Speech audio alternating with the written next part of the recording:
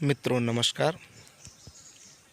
अद्वैतवाद क्या है, इसकी चर्चा करते हैं आज। अद्वैतवाद का सिद्धांत शंकराचार्य ने दिया है, आदि गुरु शंकराचार्य ने। वहीं अद्वैतवाद को श्री कृष्ण ने जिया है। वहीं अद्वैतवाद की बात विश्व प्रसिद्ध विचारक,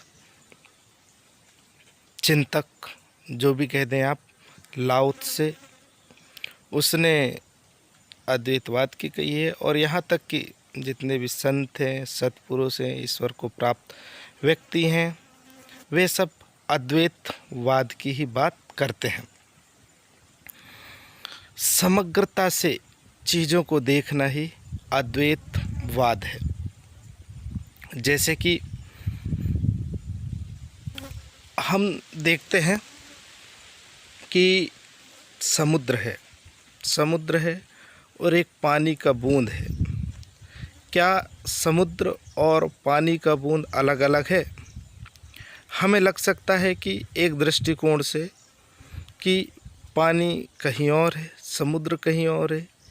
इस दृष्टि से आपको लग सकता है कि ये अलग है, पर आप इस पर विचार करें, देखें कि आखिर वो समुद्र का पानी ही उठकर ऊपर आ रहा है और गिर रहा है और दूसरे जगह है। तो समुद्र का पानी और हमारे पास उपलब्ध पानी, ये दोनों अलग नहीं हैं। आप यदि समुद्र के एक बूंद को अलग कर दें, एक बूंद को अलग कर देंगे, तब देखेंगे क्या समुद्र बचेगा? एक एक बूंद करके पूरा समुद्र खाली हो जाएगा। फिर समुद्र बचेगा ही नहीं। मतलब समुद्र है, वही बूंद है। ठीक, शायद आप इसको अच्छा से समझ गए होंगे कि अगर वहाँ का समुद्र, जो सागर का समुद्र है, सागर का पानी है, अगर एक एक बूंद करके खो जाए, फिर हमारे पास का पानी रहेगा क्या? नहीं, ये पानी भी सूख के ऊपर चला जाएगा, फिर सागर में जाएगा, सागर से फिर समाप्त हो जाएगा, पानी का अस्तित्व ही खत्म हो जाएगा। इसका मतलब ये है कि जो सागर का एक बूंद है वही समुद्र है। समुद्र कोई अलग नहीं है, सागर बूंद का हिस्सा ही सागर है। एक बात वहीं हम देखते हैं परमाणु की। आज परमाणु है। परमाणु क्या है? कोई भी पदार्थ हो, उसका छोटा कण परमाणु है। परमाणु और ब्रह्मांड में क्या अंतर है? परमाणु छोटा हिस्सा है, ब्रह्मांड बड़ा हिस्सा है। अगर आप परमाणु को अलग कर दें तो कुछ बचेगा? ब्रह्मांड का अस्तित्व ही खत्म हो जाएगा।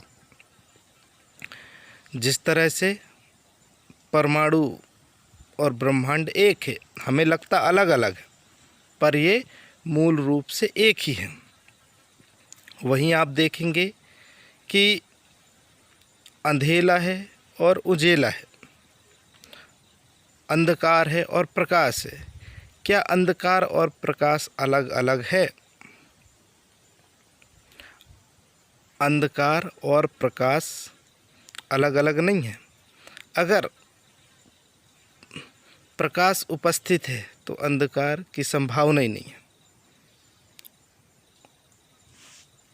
प्रकाश की अनुपस्थिति ही अंधकार है।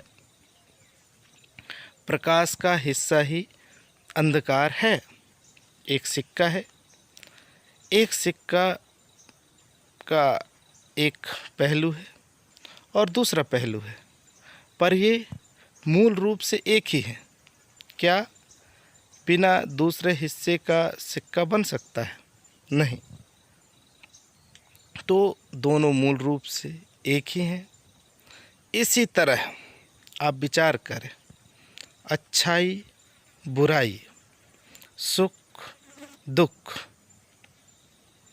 सरलता कठिनता, ये भी अलग नहीं है, ये भी मूल रूप से एक ही हैं। उपनिषदों ने एक बात कही है, त्वत्वमसि, तुम भी वही हो मैं भी वही हूँ। इसी तरह से परमात्मा भी है, परमात्मा कोई अलग नहीं है। अगर सभी चीज़ों को, सभी आत्माओं को अगर हटा दिया जाए तो परमात्मा का कोई अस्तित्व नहीं है। जब इंसान की समझ समग्रता से देखने की हो जाए, जब उसका दृष्टि समग्रता में जाने लगे, फिर आप देखेंगे कि आपको परमात्मा की अनुभूति हो जाएगी। परमात्मा कोई अलग नहीं है, परमात्मा यही है, इसी क्षण है, इसी पल है, आपसे लगा हुआ है। पर हम परमात्मा को खोजने जाते हैं। प्रसिद्ध फकीर राबिया है, वो कहती है कि आप आँख खोलो, ईश्वर सामने है, आपको कहीं जाने की ज़रूरत नहीं है। ये क्यों कह रही है, इस पर विचार करें।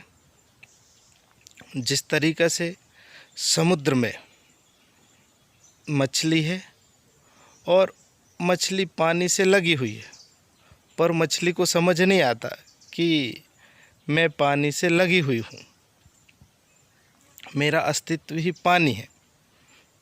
ठीक, जब मछली को समुद्र से बाहर निकालते हैं तब उसका जीवन समाप्त हो जाता है, तब उसको परमात्मा का अनुभव होता है, परमात्मा की आवश्यकता समझ में आती है।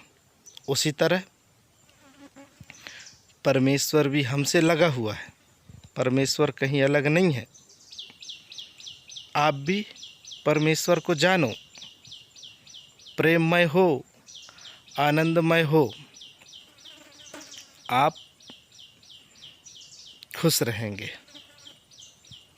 कृष्ण के जीवन को अब देखिए, कृष्ण ने किसी चीज़ को दो हिस्सों में नहीं बांटा।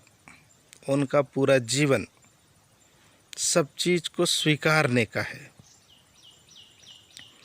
स्वीकारने का है, उस परम शक्ति के प्रति समर्पण का है। आप भी इन महापुरुषों को समझिए, इनके जीवन को देखिए और देखने के हिसाब से इनने अपना समग्र जीवन जिया है। उनको देख के आप भी अपने को देखिए और आपका जो जीवन है, आपका जो समग्र जीवन है, उसको जीने का प्रयास कीजिए। आपके पास अपार क्षमता है। आप काम, क्रोध, लोभ, मोह, इनसे मुक्त होकर देखिए। धीरे धीरे आपका जीवन आनंदमय हो जाएगा। आपने सुना, अनुग्रहित हूँ। आपके अंदर बैठे परमेश्वर को प्रणाम। धन्यवाद।